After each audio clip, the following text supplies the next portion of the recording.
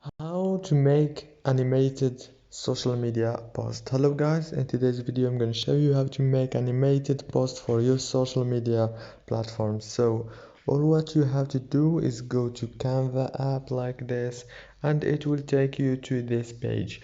Now all what you have to do is go down here and click on this plus icon, click on it like this, and it will give you many options right here.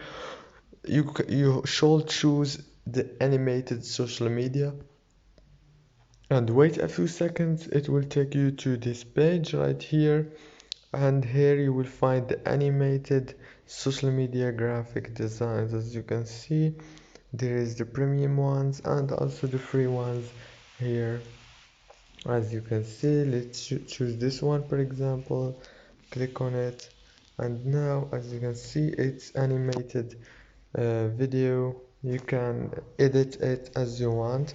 Just click on it and you are able to change the text and change anything you want from here.